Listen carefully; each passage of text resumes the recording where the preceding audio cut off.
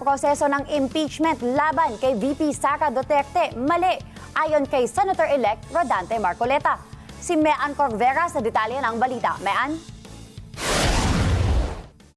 Pinaghahandaan na ni Senator-elect Rodante Marcoleta ang magiging impeachment trial laban kay Vice President Sara Duterte sa Senado. Sa harap yan ang inaasahang pagsisimula ng impeachment trial laban sa Vice Presidente sa pagbubukas ng 20th Congress sa Hulyo.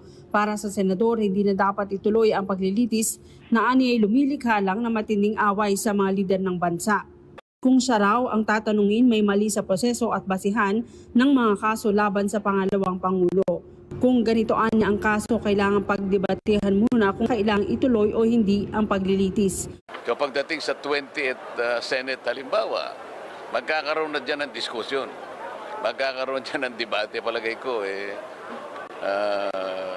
Hindi ko maalam kung paano ilalaban na ang impeachment na isinulong ng 19th Congress ay parang ganun na lamang, itutuloy mo na lamang sa 20th Congress ng walang kaukulang mga batas.